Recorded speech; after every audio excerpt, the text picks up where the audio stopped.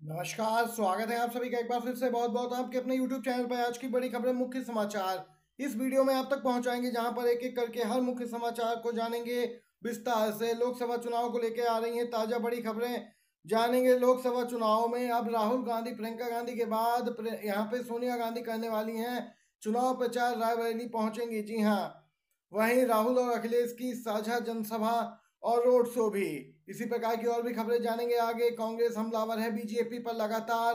अगर आप लोग भी मानते हैं कि इस बार आम चुनाव में इंडिया गठबंधन बढ़त बना रहा है तो एक लाइक जरूर कीजिएगा, कमेंट बॉक्स में जरूर लिखिएगा बी सपोर्ट इंडिया। यहाँ पहली बड़ी खबर सामने निकल के आ रही है लोकसभा 2024 के चुनाव में। यहाँ पर सोनिया गांधी आज रायबरेली में प्रियंका गांधी राहुल और अखिलेश यादव के साथ दिखेंगी एक मंच पर। आप सभी को बताते चलें, अखिलेश यादव यहाँ पे राहुल गांधी के लिए वोट मांगने रायबरेली पहुंचने वाले हैं और यहाँ पे एक जबरदस्त रोड शो का भी यहाँ पे पूरी तैयारी है। सोनिया गांधी अपनी पूर्व सीट से यहाँ पे फिर से एक बार चुनाव प्रचार करती नजर आएंगी। आज वह रायबरेली के पास होने वाली रैली को भी संबोधित करेंगी। इस रैली में उनके साथ मंच पे राहुल गांधी, प्रियंका गांधी और अखिलेश यादव होंगे। यह पहला मौका होगा जब सोनिया गांधी अखिलेश यादव के साथ मंच शेयर करेंगी। आपको बताते जाए, दिग्गजों का यहाँ पे जमावड़ा लगने वाला है। और वहीं आपको बता दें कि इस बार राहुल गांधी बढ़त बनाए हैं। दैनिक भास्कर के सर्वे में ये बात सामने निकल के आई थी। राहुल गांधी यहाँ पे 70% लोगों की पसंद है, जबकि बीजेपी के दिनेश सिंह को मात्र यहाँ पे 30% लोग ही पसंद कर रहे हैं। स्पष्ट है ये वीआईपी सीट तो कांग्रेस के खाते में जाना तय है। उससे पहले यहाँ पे तमाम दिग्गज नेता आज जुटेंगे रायबरेली में।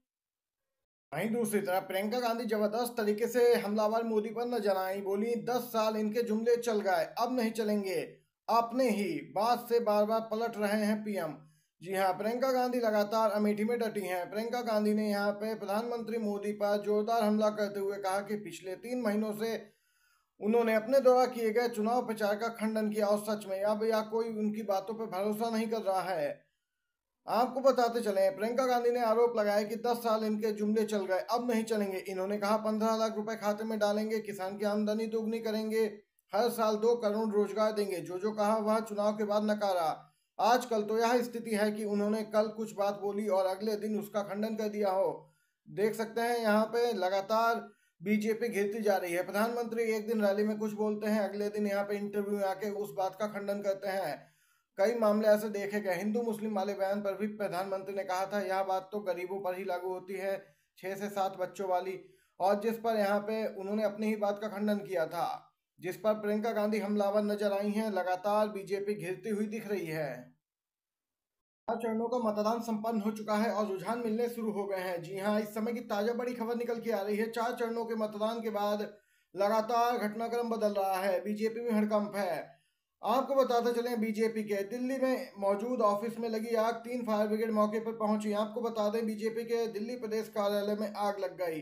पहले आयकर विभाग के कार्यालय में आग लगी थी और अब भाजपा कार्यालय में। ये लोग लगता है सबूत नष्ट कर रहे हैं। सोशल मीडिया यूजर्स प्रतिक्रिया व्यक्त करते हुए कह रहे हैं कि बीजेपी सत्ता से बाहर हो रही है, इसीलिए इस प्रकार का घटनाक्रम देखने को मिल रहा है। यहाँ पे लगातार सबूत नष्ट किए जा रहे हैं, रुझान मिल चुके हैं। इस बार बीजेपी की विदाई तय है, जिसके चलते ये सब देखने को मिल रहा है। दूसरी तरफ उद्धव ठाकरे, पूर्व सीएम महाराष्ट्र, इनका बड़ा बयान सामने निकल कर आया है। बोले मैंने कभी मोदी के लिए वोट मांगे थे, उसके लिए आज मैं जनता से माफी मांगता हूं। उद्धव ठाकरे इंडिया गठबंधन का हिस्सा हैं। उन्होंने कहा कि मैं अपनी गलती जो 2014-19 में की, मैंने मोदी के लिए वोट मांगने की, उसके लिए मैं आप सबसे यानी जनता से माफी मांगता हूं, मुझे माफ कर दीजिए, ये उद्धव ठाकरे ने कहा। और कहा कि 5 जून के बाद बीजेपी में फूट पड़ जाएगी, मोदी पूर्व पीएम हो जाएंगे। उद्धव ठाकरे का भी वही दावा है जैसा तमाम विपक्षी दल, वरिष्ठ पत्रकार और एनालिस्ट कह रहे हैं। इस बार बीजेपी की विदाई तय है। बीते दिन वित्त मंत्री निर्मला सीतारमण के पति परकला प्रभाकर, जो कि जाने माने अर्थशास्त्री हैं, इन्होंने भी बड़ी बात कही है। इन्होंने भी स्पष्ट किया एक इंटरव्यू में कि इस बार बीजेपी 220 सीटों के आंकड़े को पार नहीं कर रही है। देख सकते हैं, अर्थशास्त्री, वरिष्ठ पत्रकार जो चुनाव पर गहनता से नजर बनाए रखते हैं, उन्होंने भी इस बात को स्वीकार कर लिया है। इस बार बीजेपी 220 या 30 के आंकड़े को पार नहीं कर पाएगी, स्पष्ट है। बहुमत उसके हाथ से फिसलता जा रहा है। बताते चलें, इस बार बीजेपी को बड़ा झटका लग रहा है उत्तर प्रदेश, दिल्ली, हरियाणा, राजस्थान में। उत्तर भारत में इन राज्यों में बीजेपी की दाल नहीं गलती दिख रही है। जी हाँ, तो दूसरी तरफ दक्षिण में तो बीजेपी का सफाया ही तय है। इस क्रम में जो खबर सामने निकल के आ रही है बताते चलें। कांग्रेस कर्नाटक में 20 से ज्यादा सीटें जीत रही है। D K Shiv Kumar deputy CM ने यह जानकारी दी है। उन्होंने कहा ग्राउंड रिपोर्ट मिली है कि 28 सीटों में 20 से ज्यादा सीटें कांग्रेस के पक्ष में आ रही हैं। वहीं तेलंगाना से जो रिपोर्ट सौंपी गई है केंद्रीय नेतृत्व को, कांग्रेस तेलंगाना में 17 में से 14 सीटें जीत रही है। ये सीएम रेवंत रेड्डी की ओर से कहा गया है। तो दूसरी ओर हिमाचल प्रदेश में बहुत ही मजबूत है कांग्रेस और यहाँ पे 4 की चारों सीटें जीत रहे हैं। सीएम सुखविंदर सिंह सुक्खू ने यह जानकारी दी है। स्पष्ट है कांग्रेस नेताओं के इस चुनाव में हौसले बुलंद हैं और यह स्पष्ट दर्शाता है कि कांग्रेस इस चुनाव में बेहद ही शानदार प्रदर्शन करने जा रही है। तो दूसरी तरफ खबर निकल के आई है नीतीश कुमार कभी भी पलटी मार सकते हैं।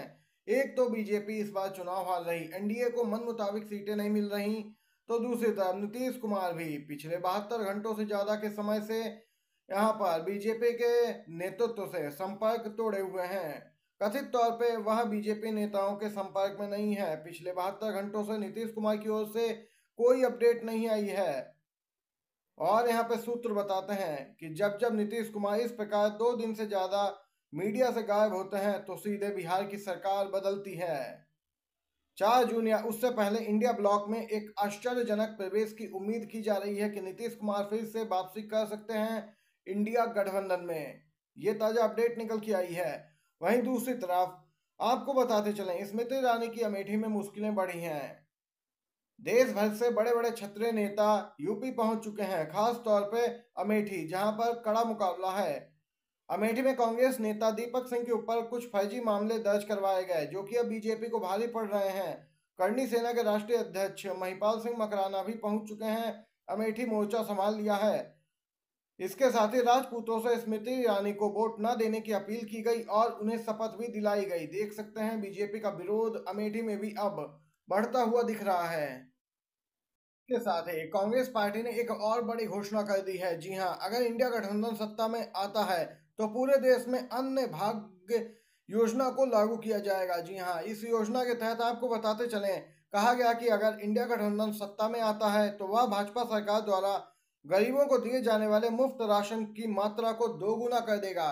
यानी इंडिया गठबंधन की सरकार बनने पे अभी जो 5 किलो राशन मिलता है उसकी मात्रा 2 गुनी कर दी जाएगी, लगभग 10 किलो उसके आसपास ये मात्रा हो जाएगी। देख सकते हैं ये बड़ा दांव चला है कांग्रेस पार्टी ने।